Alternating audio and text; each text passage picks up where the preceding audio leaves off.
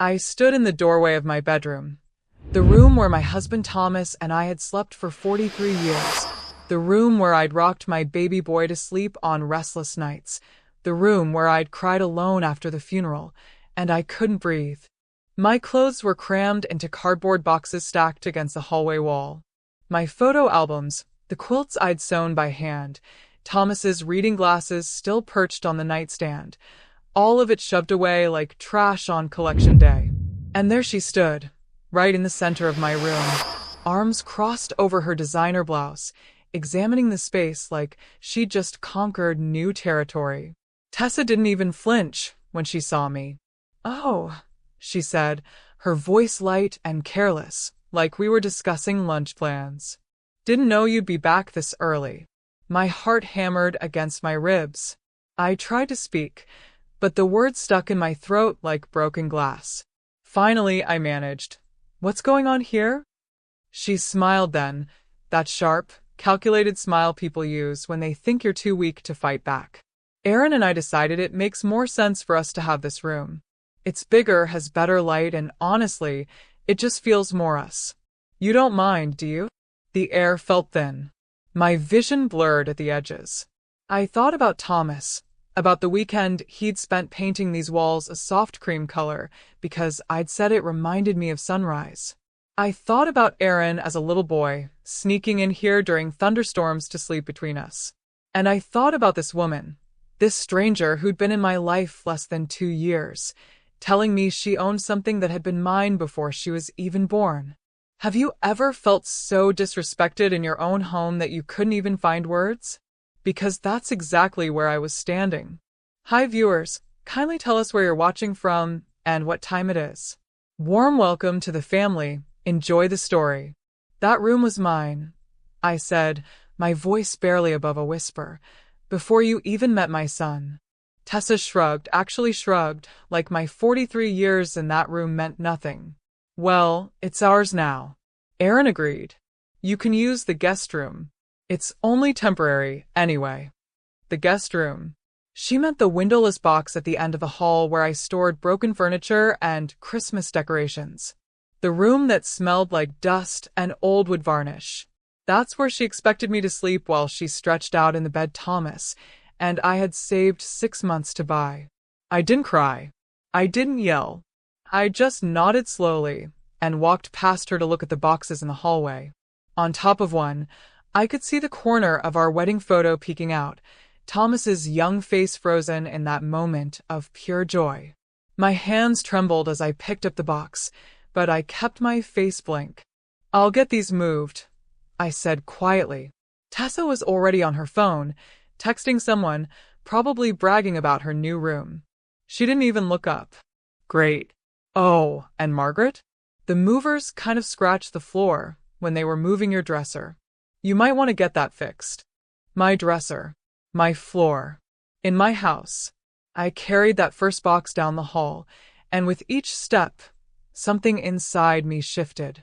I'd spent my whole life being kind, being understanding, being the bigger person. I'd worked myself to the bone after Thomas died to make sure Aaron had everything he needed. I'd open my home to them without hesitation when they asked. And this was how they repaid me? That night, I lay on a bare mattress in that cramped, dark room, staring at shadows on the ceiling. The smell of mothballs and old paint made my eyes water.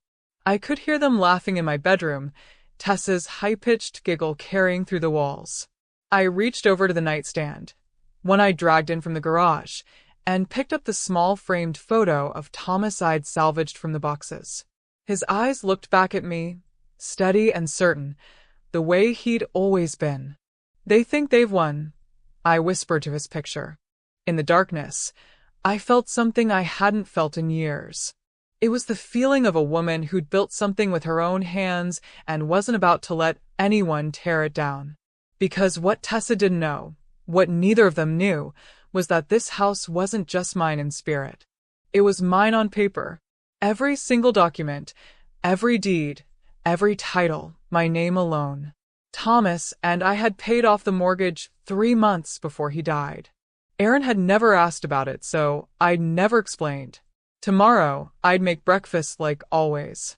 I'd smile when Tessa asked for her coffee. I'd tend the garden and play the part of the sweet, defeated old woman they expected to see. But underneath that performance, I'd be making calls, gathering papers, putting pieces into place. I closed my eyes and whispered one more thing to Thomas's photo. You'll regret saying that, dear. What would you do if someone kicked you out of your own bedroom? Comment below, because what Margaret does next will leave you speechless. The house didn't always look like this. Clean lines, fresh paint, the kind of place you'd see in a magazine. No, when Thomas and I first bought this land, it was nothing but dirt, rocks, and wild grass that came up to your knees. I was 23 years old, pregnant with Aaron, and scared out of my mind. Thomas worked as a carpenter's apprentice back then, making barely enough to cover rent on our tiny apartment in town. But he had this dream, this stubborn belief that we could build something lasting with our own hands.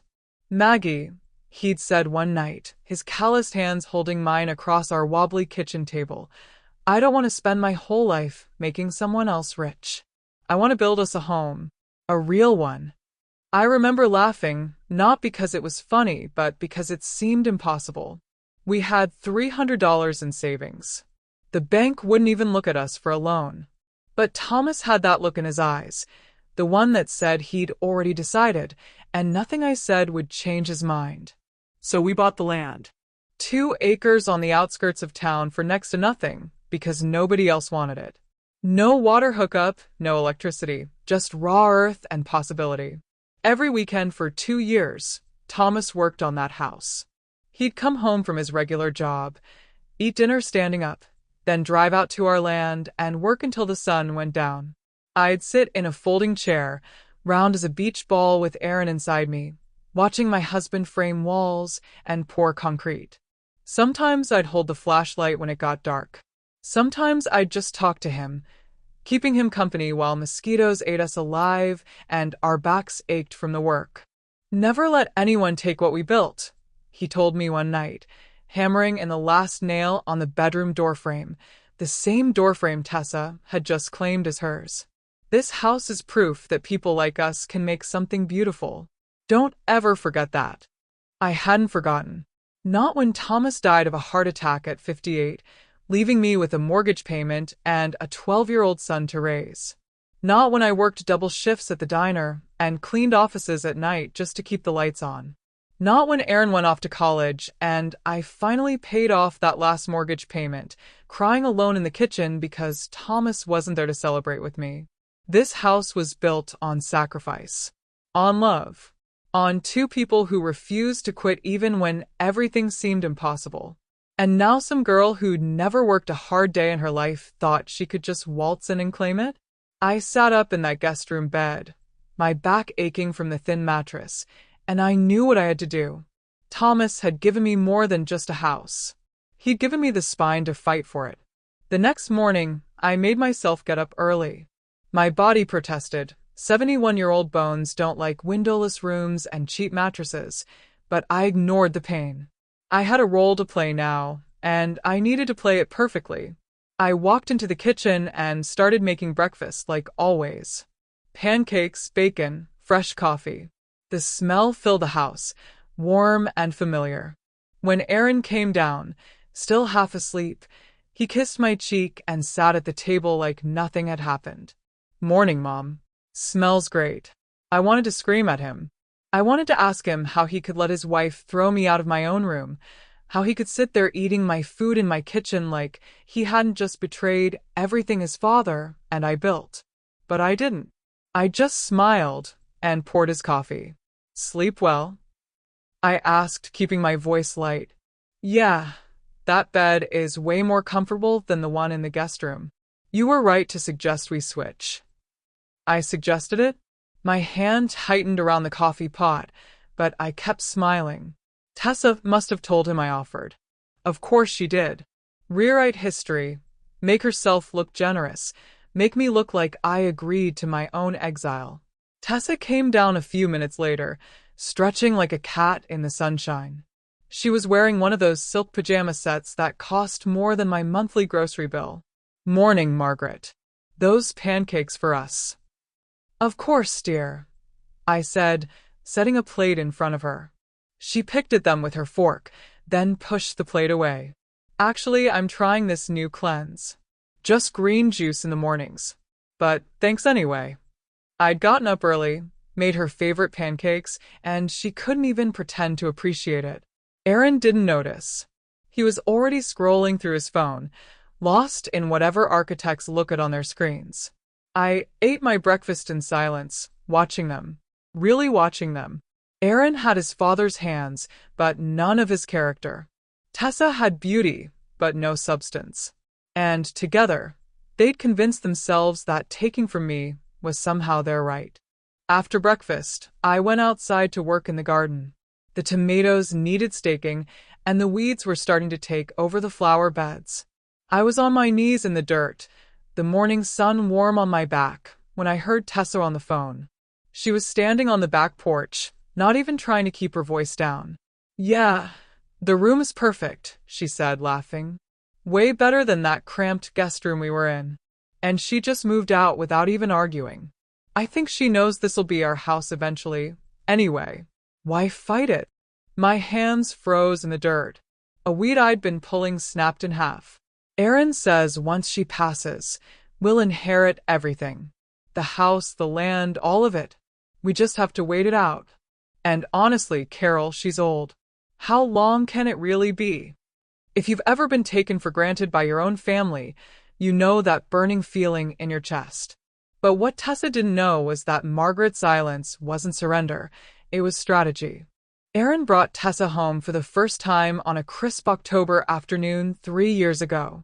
I remember because the maple tree in the front yard was dropping leaves all over the driveway, and I'd spent the morning raking them into piles that the wind kept destroying. Mom, this is Tessa, Aaron said, and I could hear the pride in his voice. The way a man sounds when he thinks he's won something valuable. She was beautiful, I'll give her that. Tall and polished, with the kind of confidence that comes from never being told no.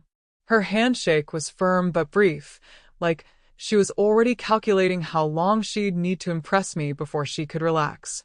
Mrs. Elwood, Aaron's told me so much about you, she said, her smile perfect and practiced. What a lovely home. Lovely. Not beautiful, not charming, lovely. The word you use when you're being polite about something that doesn't quite meet your standards. I invited them in for coffee, and Tessa walked through my house like she was touring a museum. She'd pause at the handmade curtains I'd sewn, the family photos on the mantel, the worn rug Thomas and I bought at a yard sale 30 years ago.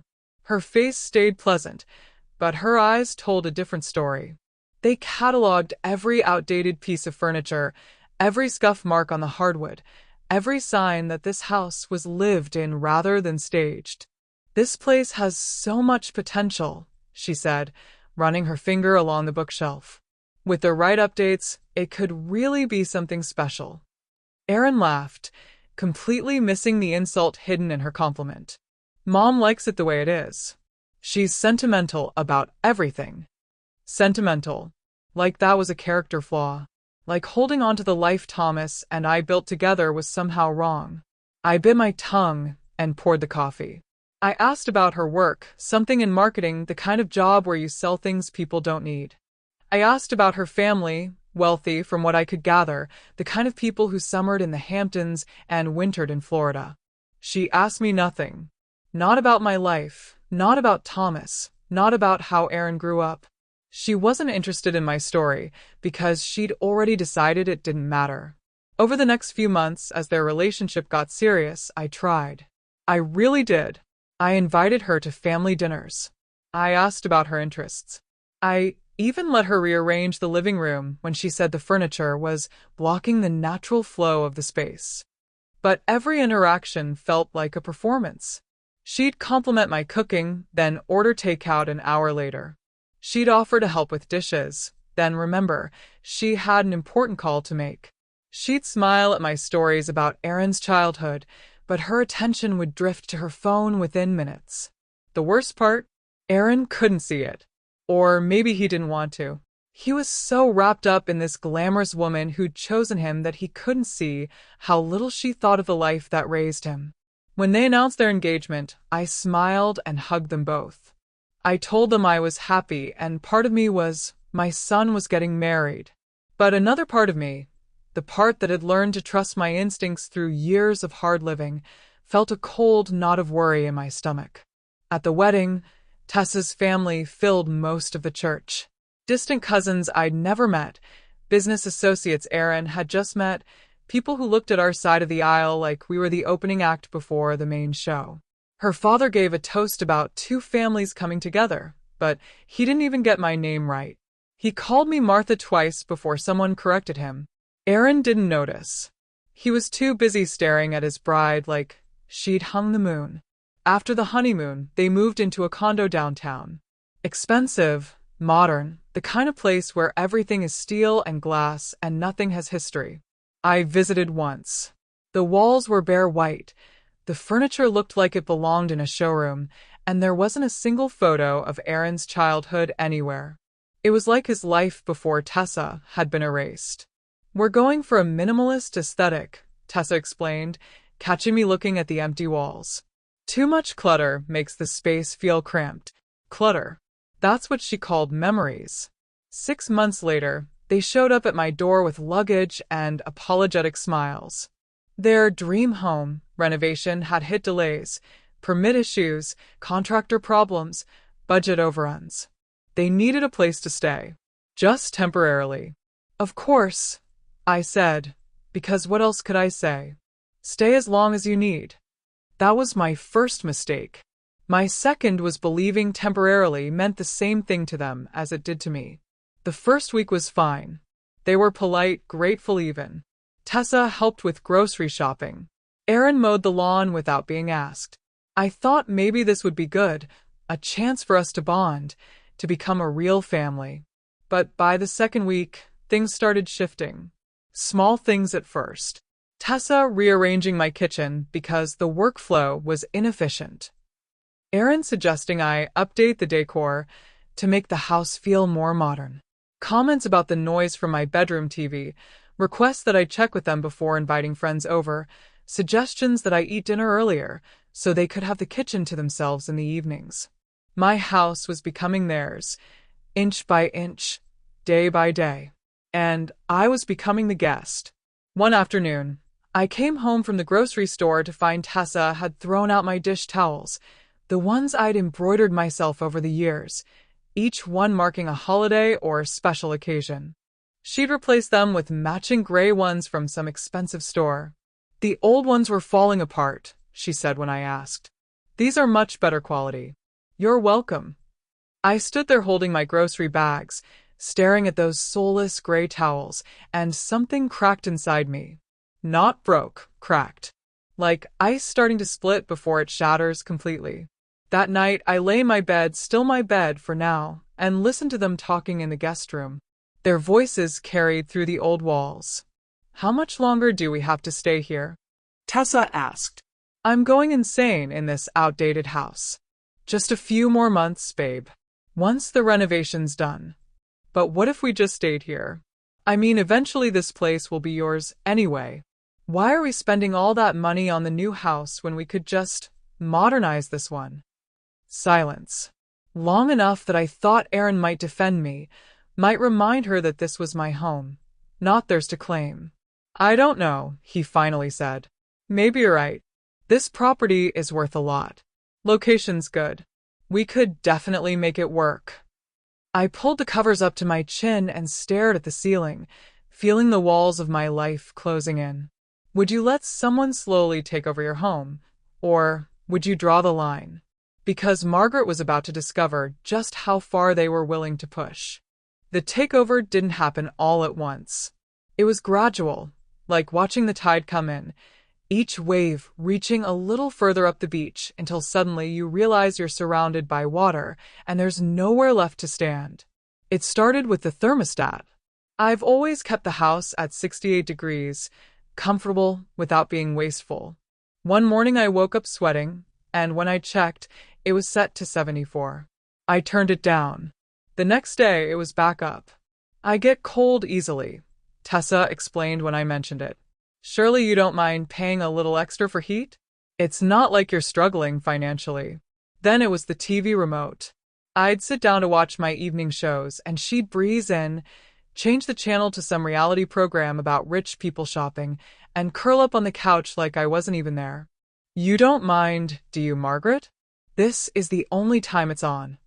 But it wasn't the only time. It was every evening. My shows were boring or too depressing or not really our vibe right now. The mail started disappearing. Bills I needed to pay, letters from old friends, even my subscription magazines, all moved to organize things better without anyone asking me first. I'd find them days later, stuffed in a drawer or buried under Tessa's fashion catalogs. My kitchen became hers. She bought new pots and pans, expensive ones, and relegated mine to the back of the cabinet. She rearranged the pantry, putting healthy snacks at eye level and moving my tea and coffee to the top shelf where I needed a step stool to reach them. She started meal planning for the whole house, making dishes I didn't like and acting hurt when I'd make myself something different.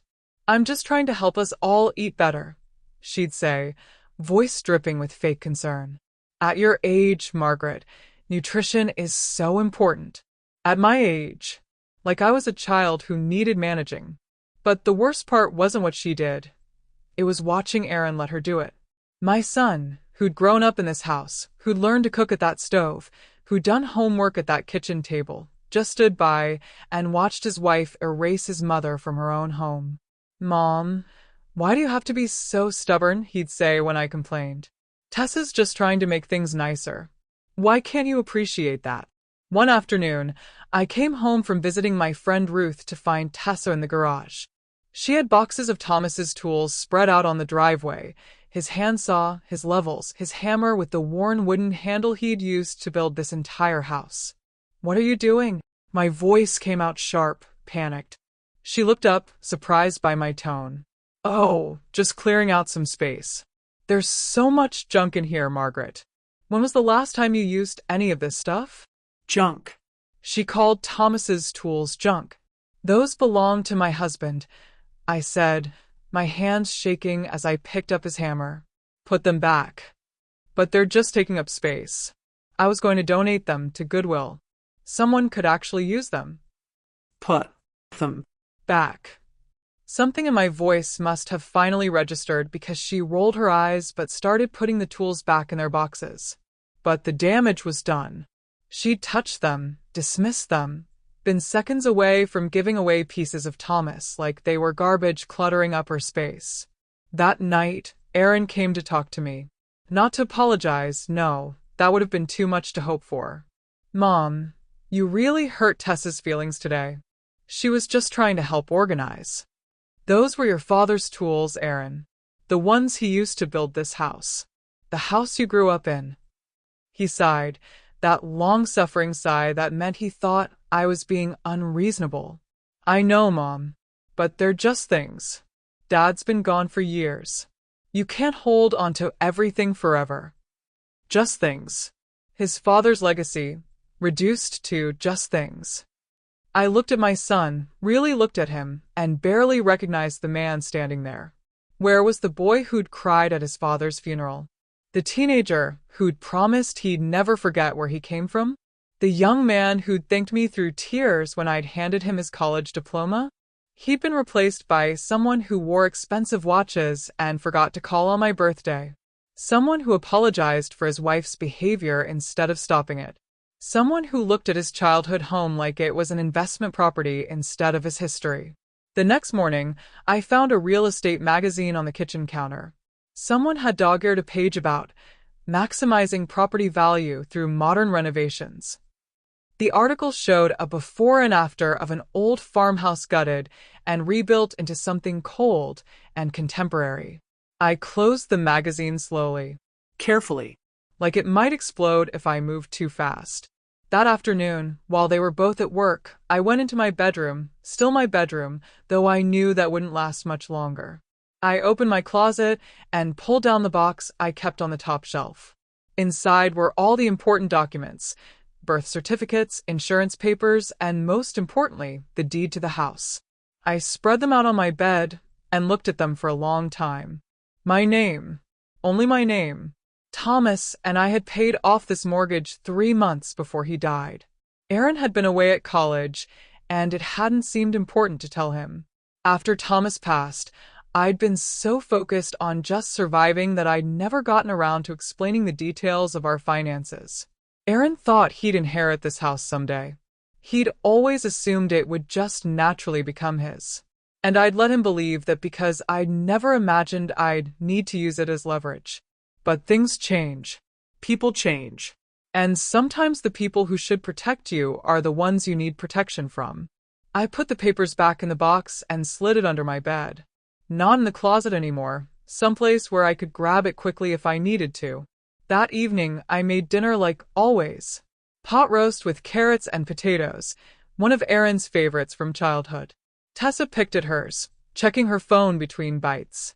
"This is really heavy," she commented. "I read that red meat causes inflammation. Maybe we should switch to more plant-based meals." Aaron nodded agreement, mouth full of the pot roast he was demolishing. I smiled. "Of course, dear. Whatever you think is best." She looked at me, then really looked like she was trying to figure out if I was being sarcastic. But I kept my face pleasant, my voice mild. I was learning the value of hiding in plain sight. After dinner, I washed dishes while they watched TV in the living room. Through the doorway, I could see them sprawled on my couch, Tessa's feet in Aaron's lap, laughing at something on the screen. They looked comfortable, happy, like this was their home, and I was just the maid. I dried my hands on one of those gray towels Tessa had bought and walked quietly down the hall to the guest room. I'd been sleeping there for 2 weeks now, ever since Tessa had declared my bedroom just made more sense for them. I sat on the edge of that uncomfortable bed and looked around the small, dark space. No windows. No memories. Nothing of mine except the boxes they'd shoved in here with me. And that's when I knew. It wasn't going to get better. They weren't going to suddenly realize what they'd done. Tessa was going to keep taking and taking until there was nothing left of me in this house, and Aaron was going to let her do it. Unless I stopped them. I lay back on that thin mattress and closed my eyes. Tomorrow I'd call my lawyer. Not to threaten anyone, not yet. Just to make sure I understood exactly what my options were. Just to remind myself that even though I felt powerless, I wasn't. But tonight, I'd let myself feel angry. Really, truly angry. Not the hot kind that burns out fast, but the cold kind that settles into your bones and waits for exactly the right moment to act. Sometimes being pushed aside isn't the end. It's the beginning of something they never saw coming. Because Margaret had been silent long enough. The nighttime sounds of this house were different in the guest room. I couldn't hear the oak tree branches tapping against the window like I used to. Couldn't see the moonlight painting patterns on the ceiling. All I heard was the old furnace clicking on and off, and the muffled sounds of Aaron and Tessa living in what used to be my space. I'd been in this windowless box for 2 weeks, and each night felt longer than the last. My back ached from the cheap mattress. My eyes hurt from the dim lighting. But it was my heart that hurt most, that deep, hollow ache of being erased from your own life. I reached over and picked up the photo of Thomas I'd placed on the nightstand. It was from our 10th anniversary. We'd splurged on a fancy dinner at a restaurant we couldn't afford. In the photo, his arm was around my shoulders, and we were both laughing at something the waiter had said. We looked tired. We were always tired back then, but happy. Really happy. "What would you do?" I whispered to the picture. "Would you fight, or would you just let go?" But I already knew the answer. Thomas never backed down from anything.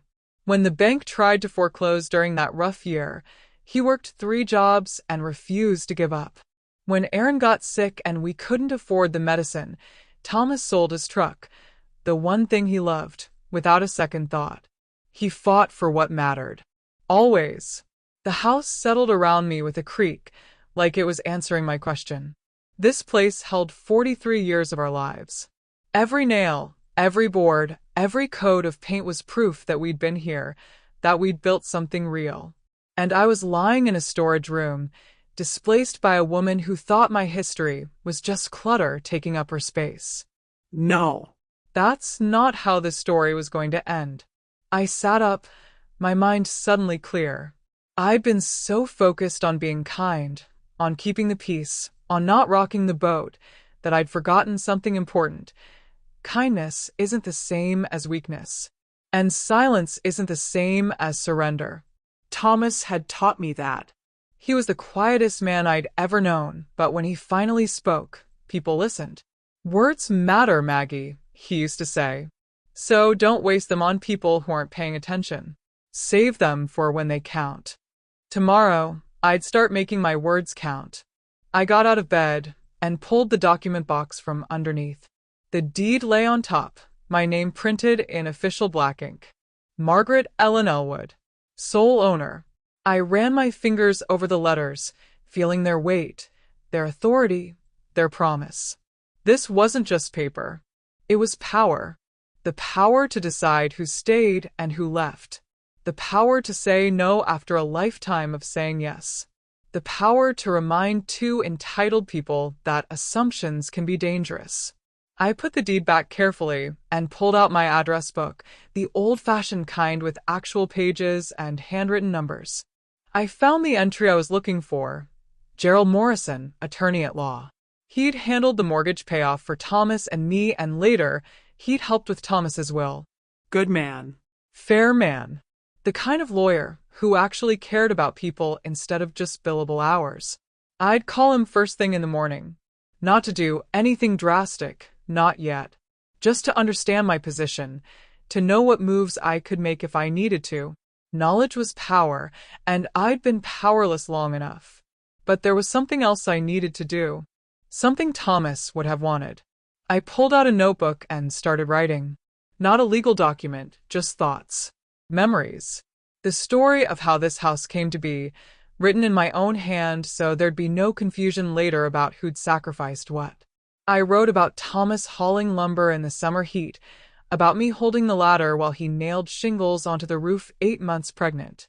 I wrote about Aaron's first steps, taken right there in the living room on the floor Thomas had laid himself. I wrote about Christmases and birthdays, about dinners around the table Thomas built, about the garden where we'd buried our first dog and planted roses that still bloomed every spring.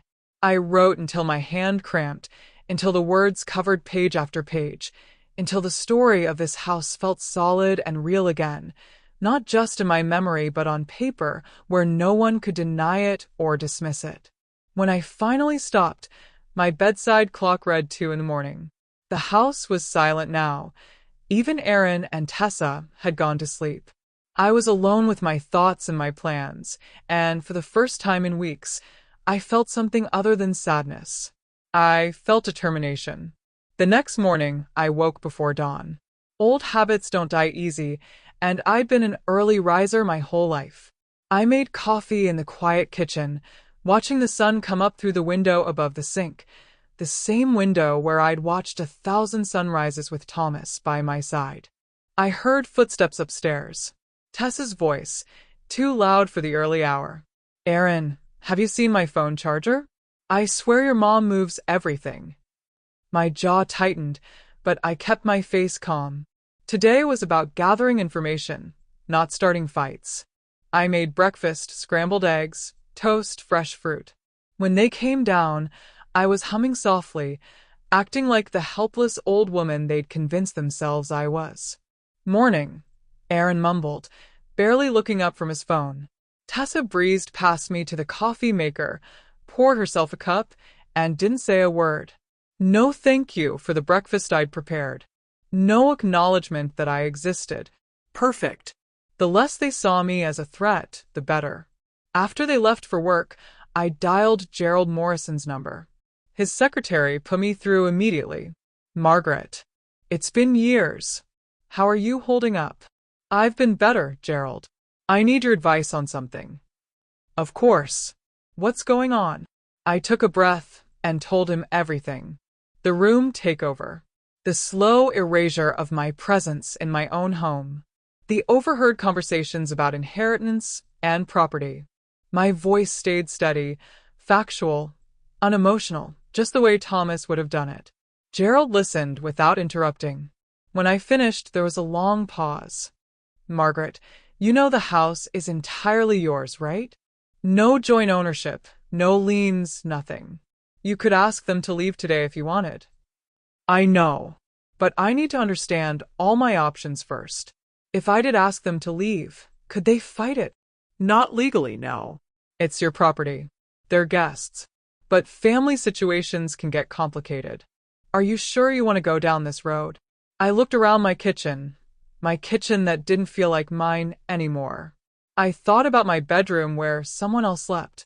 I thought about Thomas's tools almost thrown away like garbage.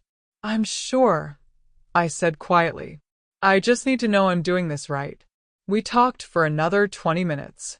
Gerald explained eviction procedures, property rights, and estate planning. He reminded me that legally, I held all the cards. The house was mine. The decision was mine. The power was mine. I'd just forgotten I had it. After I hung up, I sat at the kitchen table for a long time, my cold coffee untouched in front of me. Everything Gerald said confirmed what I already knew. I could end this whenever I wanted. I could tell them to pack up and leave, and there wasn't a thing they could do about it. But something held me back. Maybe it was the hope that Aaron would wake up, see what his wife had become, choose his mother over his marriage. Maybe it was the fear that if I acted too quickly, I'd lose my son forever. Or maybe, and this felt truest, maybe I needed them to push me one step further. I needed to be absolutely certain that what I was about to do was justified, not just in the eyes of the law, but in my own heart. So, I'd wait. Not long, I wasn't that patient anymore, but long enough to give them one last chance to remember who I was and what I'd done for this family. And if they didn't, well, Gerald had given me a very clear roadmap for what came next. I poured out the cold coffee and made myself a fresh cup. Then I walked down to the guest room and pulled out the document box one more time. I looked at the deed, at the will, at all the papers that proved this life was mine. And I smiled. Margaret had been silent for too long, playing the role they'd written for her. But she was about to flip the script in a way they'd never see coming, and it started with one simple dinner invitation. I spent the next 3 days playing the perfect hostess. Sweet Margaret, the quiet old woman who knew her place. I smiled when Tessa complained about the water pressure. I nodded when Aaron suggested I should consider downsizing my belongings. I even pretended not to notice when Tessa started measuring the walls in my bedroom, talking about where she'd hang her art collection. Every insult, every dismissal, every casual cruelty, I swallowed it all with a smile. But inside, I was building something. Not rage, that burns too hot and fades too fast. No, this was colder, sharper. This was a plan, and every piece was falling exactly into place. I watched them closely during those days. Really watched. The way Tessa would touch Aaron's arm when she wanted something, her voice going soft and sweet. The way Aaron would defend her without even hearing my side of things. The way they'd whisper in corners, making plans for their house, their future, their renovations. They'd gotten comfortable. That was their first mistake. On Thursday morning, while they were at work, I went to the grocery store. I bought salmon, the expensive kind from the seafood counter, not the frozen stuff. Fresh dill, lemons, butter, white wine for the sauce. I picked out new potatoes and asparagus. Everything for Tessa's favorite meal, the one she'd mentioned a dozen times, was the only thing worth eating. The cashier smiled as she rang up my order. Someone's having a special dinner. Yes, I said, returning her smile. Very special. Back home, I cleaned the dining room until it sparkled. I took out the good china, the set Thomas and I received as a wedding gift and only used on holidays. I polished the silver, pressed the linen napkins, even found candles for the table. Everything had to be perfect. Then I called Aaron at work. Honey, I'd like to make you and Tessa a nice dinner tonight. Nothing fancy, just family time. Would 7 o'clock work? He sounded surprised. Sure, Mom. That's really nice of you. Wonderful. I'll see you both then. I spent the afternoon cooking, and with every stir of the sauce, every squeeze of lemon, I felt calmer, more certain. This wasn't about revenge, not really. This was about truth. About reminding two people that actions have consequences, and assumptions can be dangerous. At 6:45, I heard them come home. Tessa's voice carried up from the entryway. Why is she being so weird? She never makes fancy dinners. Maybe she's trying to apologize, Aaron said. You know, for being difficult about the room situation. I set the last plate on the table and smiled to myself. Let them think whatever they wanted. They'd understand soon enough. They came into the dining room at 7 sharp, and I could see the surprise on their faces. The table looked beautiful, candlelight reflecting off crystal glasses, the smell of salmon and dill filling the air, everything arranged like a magazine photo. Wow, Mom, Aaron said, genuinely impressed. This is incredible. Tessa sat down slowly, her eyes scanning the table like she was looking for the catch. This is my favorite dish. I know, dear, I said, serving her first. I wanted tonight to be special. We ate in relative silence at first. They kept exchanging glances, confused by my good mood, my careful attention, my pleasant conversation. I asked about their work, their plans for the weekend, even complimented Tessa's new haircut. But I was just setting the stage. When we finished the main course and I brought out coffee, I finally said the words I'd been rehearsing in my mind for 3 days. I wanted to talk to you both about the house. Aaron's fork stopped halfway to his mouth. Tessa leaned back in her chair, arms crossing over her chest, her defensive posture. Mom, please, Aaron started, his voice taking on that tired, patronizing tone. Don't make this a big deal. It's just a room. Tessa needs more space for her work. I held up my hand. Not aggressive, just firm. It's not about the room, Aaron. It's about ownership. Tessa's eyes narrowed. Exactly. We're family now, so everything should be shared. Don't you agree, Margaret? I do agree, I said calmly. But sharing requires understanding. So, let's make sure we all understand something. I reached down beside my chair and pulled out the folder I'd prepared that afternoon. Inside were copies of every important document, the house deed, the mortgage satisfaction letter, the property tax records, all with my name in clear black ink. I laid them on the table between the dessert plates and coffee cups, neat and precise as a card dealer showing her hand. This house, I said, my voice steady and quiet, was bought and paid for by your father and me. It's not shared. It's not borrowed. It's not eventually yours. It's mine. Every single board, every nail, every room, including the one you're sleeping in, belongs to me alone. The color drained from Tessa's face like someone had pulled a plug. Aaron sat frozen, staring at the papers like they might suddenly change what they said. I've been patient, I continued, and now my voice carried an edge I'd been hiding for weeks.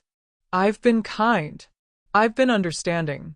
But I will not be disrespected in my own home. I won't be pushed aside like an inconvenient piece of furniture. And I certainly won't be treated like I'm already dead while you two plan how to spend my legacy. Mom, Aaron's voice cracked. We weren't. Yes, you were, I said simply. I heard Tessa on the phone, talking about how this house would be yours eventually, and wondering how long you'd have to wait. I've watched you both treat me like a burden instead of the woman who gave up everything to make sure you had a future, Aaron. So, now we're going to talk about the real future. Tessa sputtered, her perfect composure finally cracking. You can't just throw us out. We have nowhere to go. I looked at her then, really looked at her for the first time without pretending to be the sweet, confused old woman she thought I was. You said you owned that room, remember? My voice was cold now, cold as the winter Thomas and I spent without heat because we couldn't afford to fix the furnace and pay Aaron's school fees. I suppose you'll just have to take it with you. Have you ever watched someone realize they've pushed too far? Because Margaret had just shown her cards, and the game was far from over. The silence that followed my words felt thick enough to touch. Aaron stared at the papers spread across the table like they might suddenly rearrange themselves into something that made sense in his version of reality. Tessa's mouth had fallen open, her usual polished composure shattered into something raw and desperate. "You're not serious," Tessa finally said, but her voice wavered. "You wouldn't actually kick you out?" I finished for her, my voice still calm, still measured. "Why not? You took my room. You dismissed my belongings as clutter. You spent weeks making me feel like a stranger in the house my husband built with his own hands. Tell me, Tessa, what exactly have you done to earn the right to stay?" She looked to Aaron for backup, but my son seemed to have lost the ability to speak. His face had gone pale, and he kept picking up the deed, reading it, putting it down, picking it up again like repetition might change the facts. Aaron agreed to the room switch, Tessa said, grasping for any foothold in the conversation. "He said it made sense. He said you wouldn't mind." "Did he?" I turned to my son. "Is that what you told her, Aaron? That I wouldn't mind being pushed out of the room where I slept beside your father for 43 years? The room where I held you when you had nightmares? The room where I cried myself to sleep after we buried him?" Aaron's eyes finally met mine, and I saw something there I hadn't seen in years: shame. "I thought," he started, then stopped.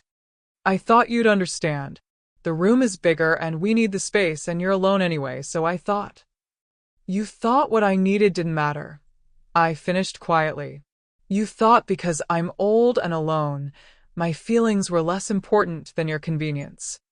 "That's not fair," he said, but his voice lacked conviction. "Fair." The word came out sharper than I intended. "You want to talk about fair? I worked 2 jobs after your father died, so you could finish college without debt. I went without so you could have. I turned down opportunities, relationships, my own life because I was too busy making sure you had yours.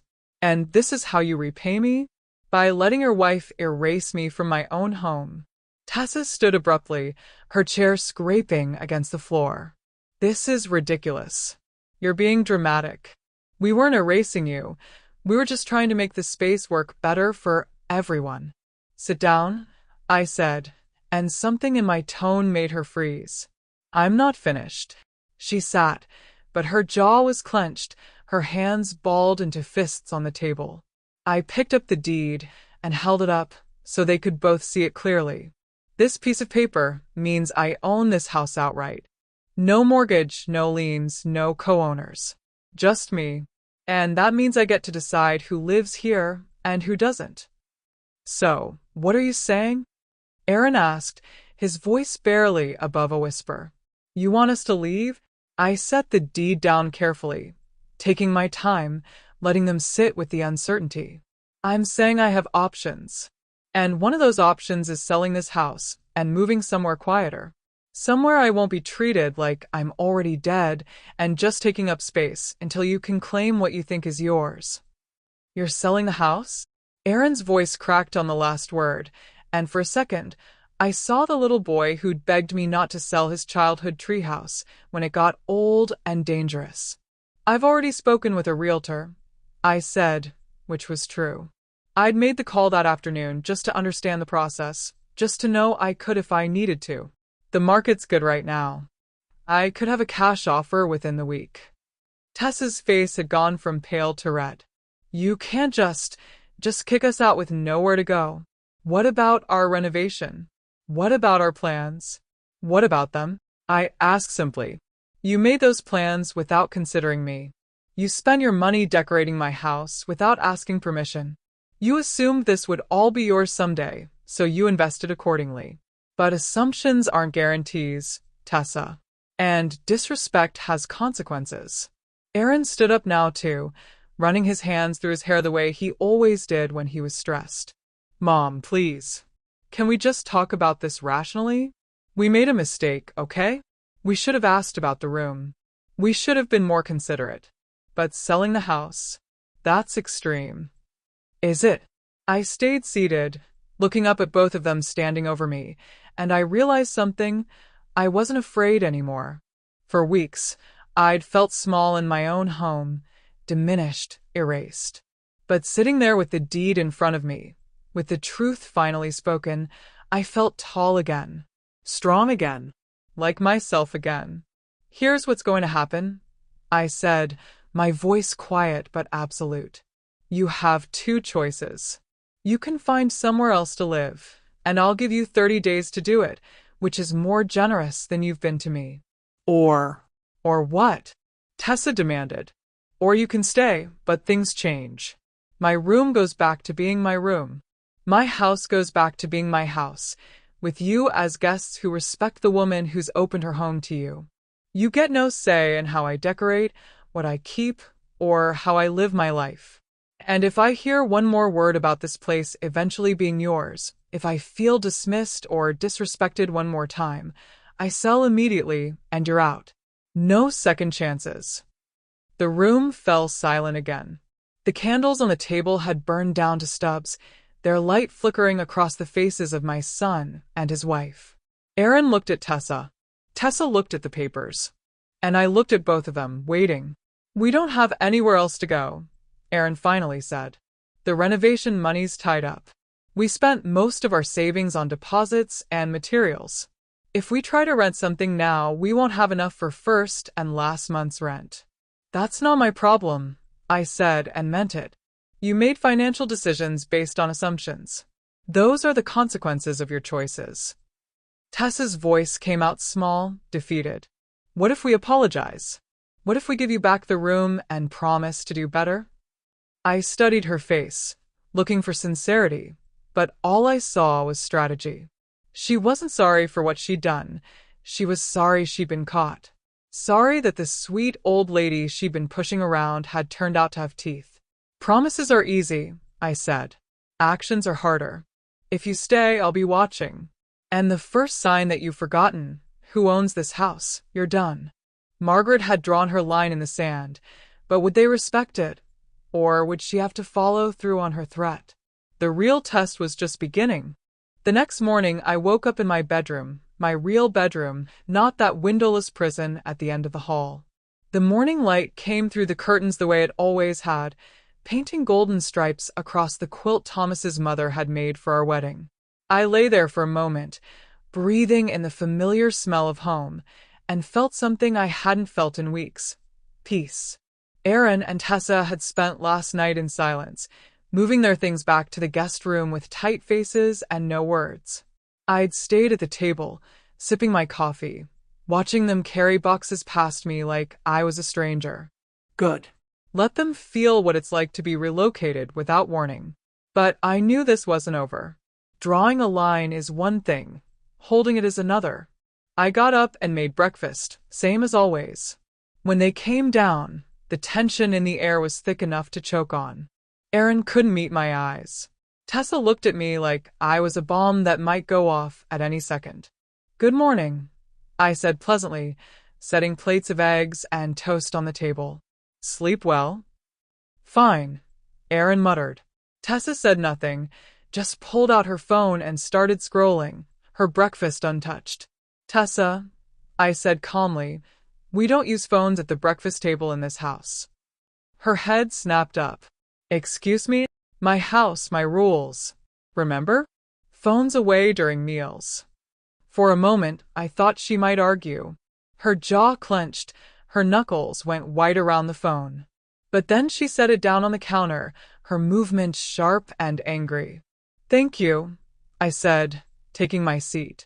We ate in uncomfortable silence. After a few minutes, Aaron cleared his throat. Mom, I've been thinking about what you said last night. I waited, not helping him. I want to apologize. Really apologize. I wasn't thinking about your feelings, and that was wrong. You raised me better than that. His words sounded sincere, but I'd learned not to trust words alone. I appreciate that, Aaron. But I need to understand something. When did I stop mattering to you?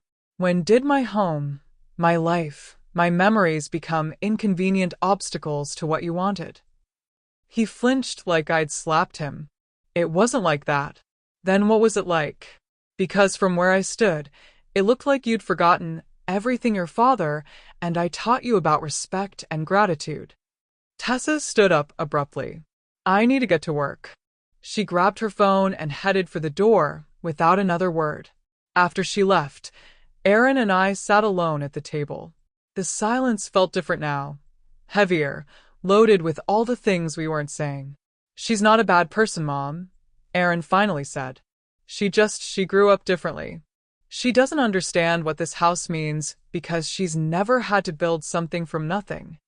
Then maybe you should have taught her, I said, instead of letting her treat me like hired help in my own home. He nodded slowly, staring at his coffee. I messed up. I know that now. But I love her and I love you, and I don't want to have to choose. You already chose, I said quietly. Every time you let her dismiss me, every time you defended her instead of standing up for me, you chose. Now you're just dealing with the consequences. What do you want from us, Mom? Tell me how to fix this. I looked at my son, this man who'd once been my whole world, and felt the weight of all those years pressing down on me. All the sacrifices, all the love, all the hope I'd poured into raising him right. I want you to remember who you are, I said. I want you to remember that this house wasn't just built with lumber and nails. It was built with your father's sweat and my tears and a promise that we'd create something lasting for you. And I want you to decide if that legacy means anything to you or if it's just square footage and property value. He opened his mouth to respond, but I held up my hand. Don't answer now. Think about it. Really think about it. Because here's what you need to understand, Aaron. I'm not bluffing. I will sell this house. I will move on. And if that means losing you in the process, then that's a price I'm willing to pay to keep my dignity. I stood up and started clearing the dishes, my hands steady, even though my heart was racing. One more thing, I said without looking at him. I called my lawyer yesterday. I've started the paperwork to make sure my will is crystal clear. This house doesn't automatically go to you when I die.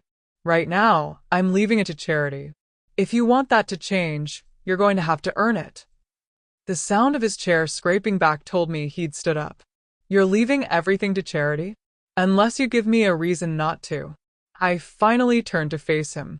Your father left you his work ethic, his integrity, his strength. I'm leaving you a choice. Be the man he raised, or be someone I don't recognize. That's up to you. Aaron left for work without another word, and I was alone again in my house. My house. The words felt good, felt right, felt powerful. I spent the day cleaning, reclaiming my space. I hung Thomas's photos back up in the bedroom. I moved my quilts out of storage. I rearranged the furniture Tessa had changed, putting everything back the way it belonged. With every small act of restoration, I felt more like myself. That evening, I made a simple dinner, just soup and bread, nothing fancy. When they came home, I served it without comment. We ate in silence again, but this time I didn't feel small. I felt present. Solid. Here. After dinner, Aaron spoke up. Mom, I talked to Tessa today. We're going to start looking for our own place. Not because you're kicking us out, but because we need to. We should have done it months ago. I looked at him, searching for sincerity. What changed your mind?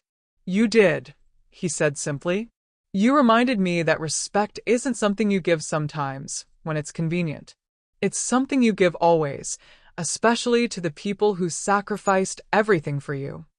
Tessa sat stiff in her chair, her face unreadable. But she nodded when Aaron looked at her. We'll be out by the end of the month. Good, I said, and meant it. Margaret had stood her ground, but the hardest part was still ahead, watching them leave and wondering if she'd won the battle but lost her son forever. The for sale sign went up on a Tuesday morning. I watched from the living room window as the realtor hammered it into the front lawn, the bright red letters visible from the street. Aaron had found a small apartment downtown, and they'd moved out 3 days earlier.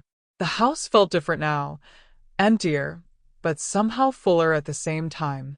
My lawyer, Gerald, had called that morning. "Margaret, I have a cash offer. Full asking price, no contingencies. Buyer wants to close in 30 days.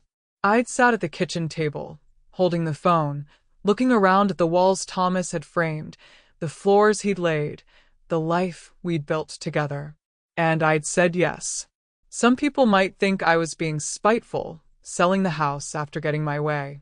But this wasn't about spite. It was about freedom. This house had been my prison for the last few months.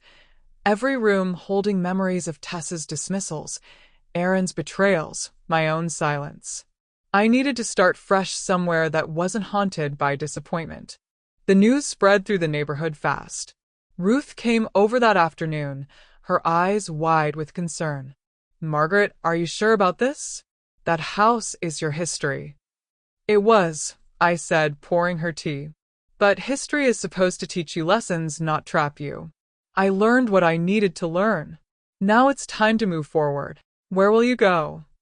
I smiled, pulling out a folder from the drawer. Inside were photos of a small cottage by the lake, about 20 miles north. 2 bedrooms, a screened porch, a dock that stretched out into calm water. Here. I put in an offer yesterday. It was accepted this morning.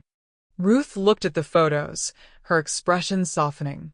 "It's beautiful. But what about Aaron?" "What about him? He's your son, Margaret. Won't you miss having him close?" I thought about that, really thought about it. Would I miss him? Yes. Did I love him? Of course. But did I need to sacrifice my peace to keep him close? Not anymore. If Aaron wants to be part of my life, he knows where to find me, I said. But I'm done making myself small so other people can feel big. Over the next few weeks, I packed up 43 years of memories. Some things I kept: Thomas's tools, our wedding photos, the quilts, the books we'd read together. Some things I donated: furniture that wouldn't fit in the new place, kitchen items I'd replaced over the years, clothes I'd held onto out of sentiment rather than use.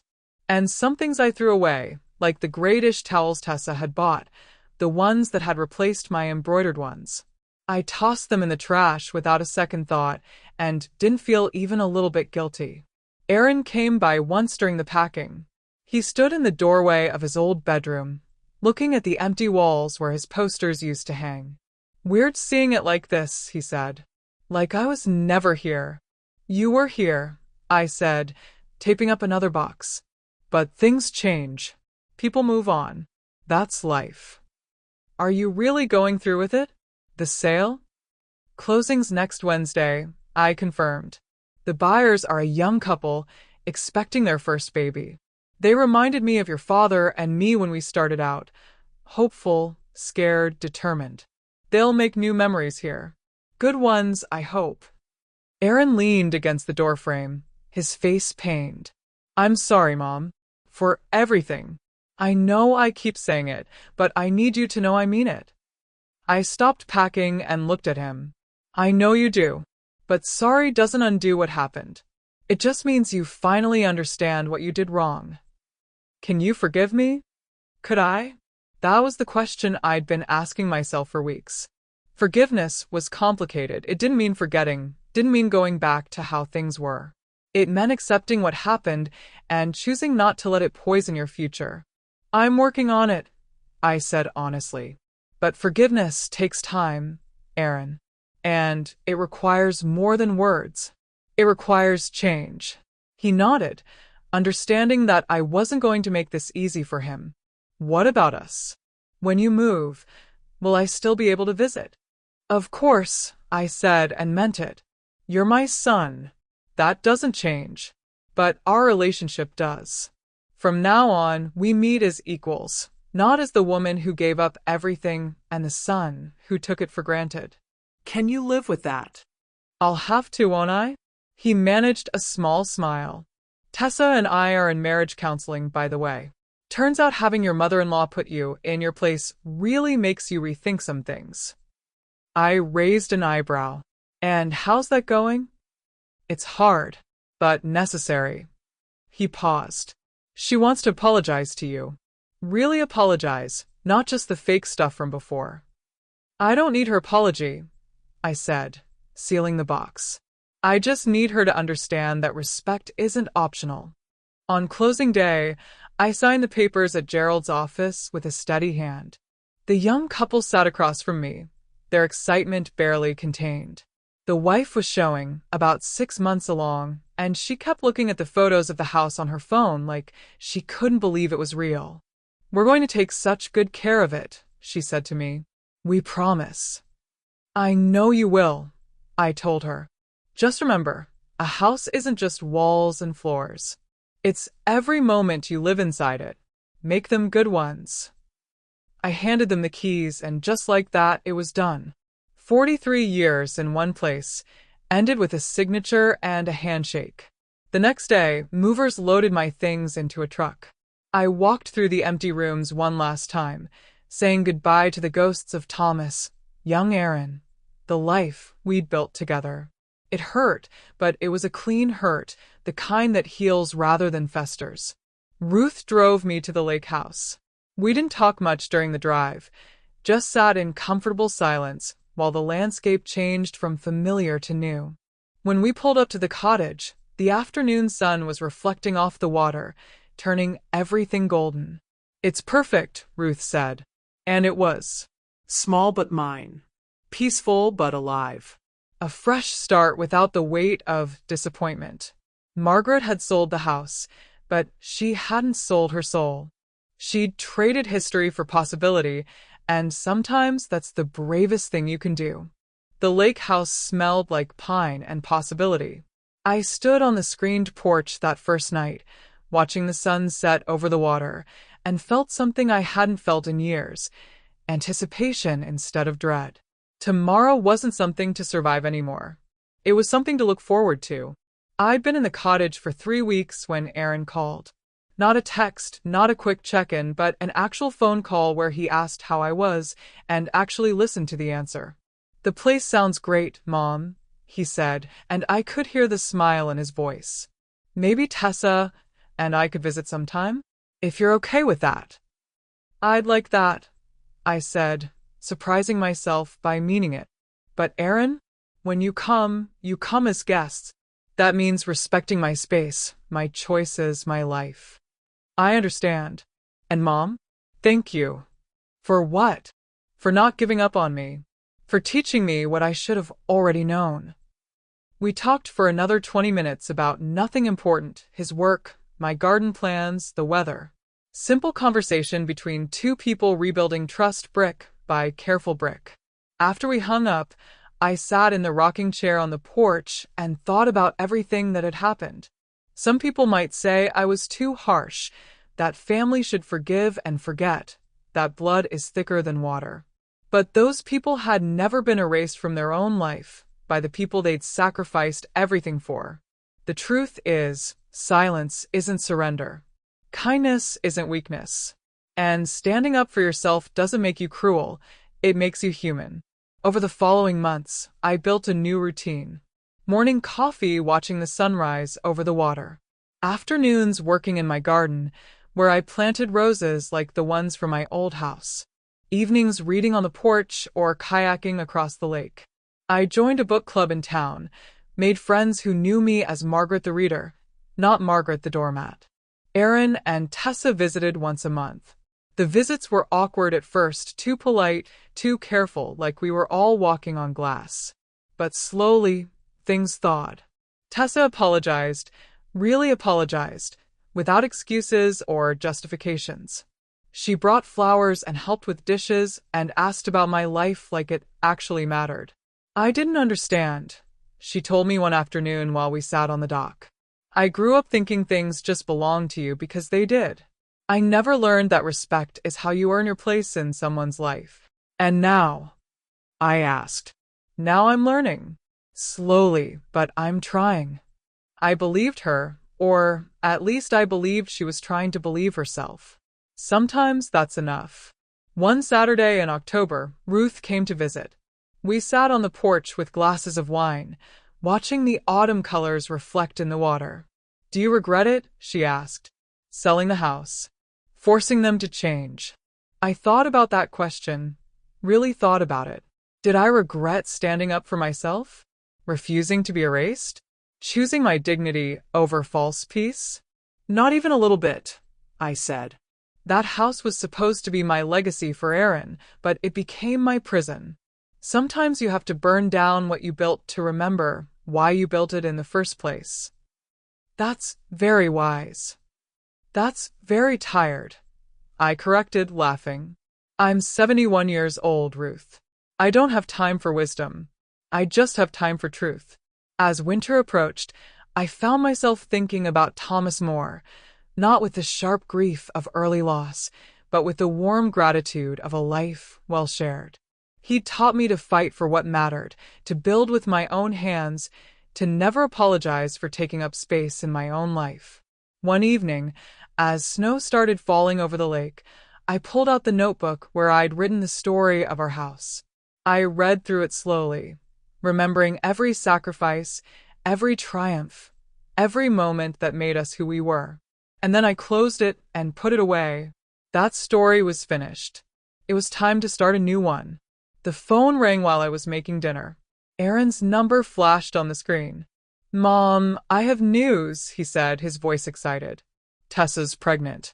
You're going to be a grandmother. My hand went to my heart, tears springing to my eyes. Aaron, that's wonderful. We want to name her Margaret. After you, if that's okay. I sat down slowly, overwhelmed by the gesture. Are you sure? We're sure. She'll have your strength, your dignity, your ability to stand up for what's right. That's the legacy we want to give her. After we hung up, I stood at the window watching the snow fall, thinking about the cycle of life, about how pain can transform into joy if you give it enough space to breathe. I thought about the little girl who would carry my name, and I hoped she'd never have to learn the lessons I'd learned. But if she did, I hoped she'd learn them early, that respect is earned and given, that silence can be power, that standing up for yourself isn't cruelty, but survival. The lake was freezing over, the water turning to glass beneath the snow.